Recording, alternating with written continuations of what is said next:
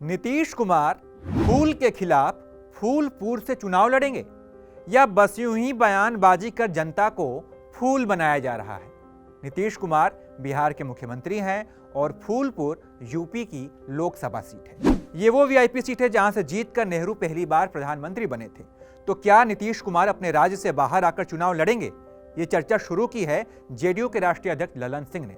ललन सिंह ने इस बात को और हवा दे दी है कि नीतीश कुमार विपक्ष की तरफ से प्रधानमंत्री पद के लिए दावेदार होंगे।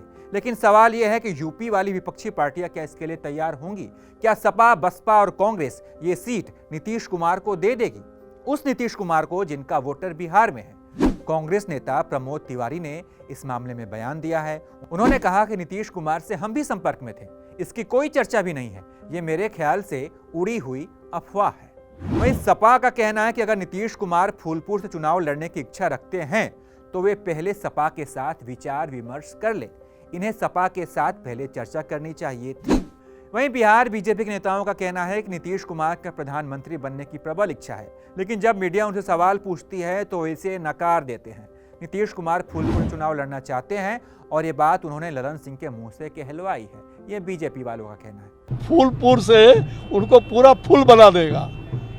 वो लड़के तो दिखाएं, 17 साल में जो व्यक्ति एक बार भी चुनाव नहीं लड़े, उनको मुंगेरी लाल का हसीन सपना दिन में याद आ रहा है। चलिए अब आपको बता देते हैं कि अगर जेडीयू ने नीतीश कुमार को फूलपुर से चुनाव लड़ाने का मन बनाया है तो इसके पीछे की वजह क्या है। दरअसल प्रयागराज, जिसे पहले इलाहाबाद कहते थे, इसी के अंदर ये सीट आती है, इसी जिले के अंदर।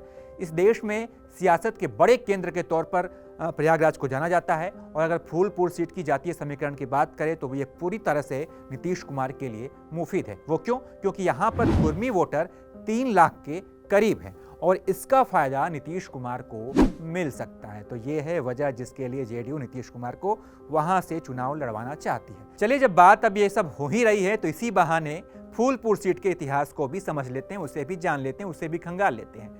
देश के पहले प्रधानमंत्री जवाहरलाल नेहरू ने 1952 में पहली लोकसभा में पहुंचने के लिए इसी सीट पर चुनाव लड़ा था और चुने गए थे। उसके बाद लगातार 3 बार 1952, 57 और 62 में यहां से उन्होंने जीत दर्ज की। हालांकि नेहरू के निधन के बाद इस सीट की जिम्मेदारी उनकी बहन विजय लक्ष्मी पंडित ने संभाली और 1967 के चुनाव में जनेश्वर मिश्र को हराकर नेहरू और कांग्रेस की विरासत को आगे बढ़ाया। इसके बाद 1971 में यहां से पूर्व प्रधानमंत्री विश्वनाथ प्रताप सिंह ने कांग्रेस के टिकट पर चुनाव लड़ा और जीत गए। आपातकाल के दौर में 1977 में हुए आम चुनाव में कांग्रेस ने यहां से रामपूजन पटेल को उतारा, लेकिन जनता पार्टी की उम्मीदवार कमला बहुगुणा ने उन्हें हरा दिया और जीत गई। यह अलग बात है कि बाद में कमला बहुगुणा कांग्रेस में ही शामिल हो गई। 1980 में जब मध्यावधि चुनाव हुए तो इस सीट से लोक दल के उम्मीदवार प्रोफेसर बीडी सिंह ने जीत दर्ज की। 1984 में जब चुनाव हुए तो कांग्रेस के रामपूजन पटेल ने इस सीट से जीत कर एक बार फिर से इस सीट को कांग्रेस के हवाले कर दिया। हालांकि 1989 और 1991 में रामपूजन पटेल इसी सीट पर लड़े हैं, लेकिन वो जनता दल के टिकट पर और यहां से जीत भी गए। पंडित नेहरू के बाद इस सीट पर लगातार 3 बार जीतने यानी कि हैट्रिक लगाने का रिकॉर्ड रामपूजन पटेल ने ही बनाया। वहीं 2004 में यूपी के बाहुबली कहे जाने वाले अतीक अहमद यहां से चुनाव लड़े और चुनाव जीत गए। अतीक अहमद के बाद 2009 में पहली बार इस सीट पर बीएसपी भी ने चुनाव जीत हासिल की। बीएसपी के पास भी ये सीट आ गई, जबकि बीएसपी के संस्थापक कांशीराम इस सीट से चुनाव हार चुके थे। वहीं 2014 में यहाँ की जनता ने बीजेपी के अरमान भी पूरे कर दिए। यहाँ से केशव प्रसाद मौर्य चुनाव जीत गए, मोदी लहर में वहाँ के सांसद बन गए और पहली बार ये सीट बीजेपी की झोली में आई।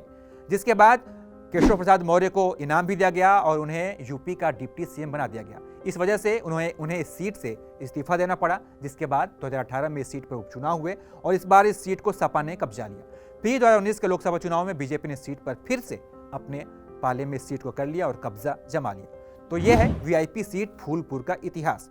उम्मीद है कि आप लोग फूलपुर सीट की कहानी समझ गए होंगे। नीतीश कुमार यहां से चुनाव लड़ना चाहते हैं, लेकिन क्या उनके लिए ये सीट मुफीद है? क्या सपा, बसपा और कांग्रेस इस चीज के लिए ये सीट नीतीश कुमार को देने के लिए तैयार होगी? ये सवाल है और इसके बारे में आप क्या सोचते हैं कमेंट बॉक्स में हमें जरूर बताएं। इस वीडियो में इतना ही, बाकी तमाम अपडेट्स के लिए आप देखते रहिए एबीपी लाइव।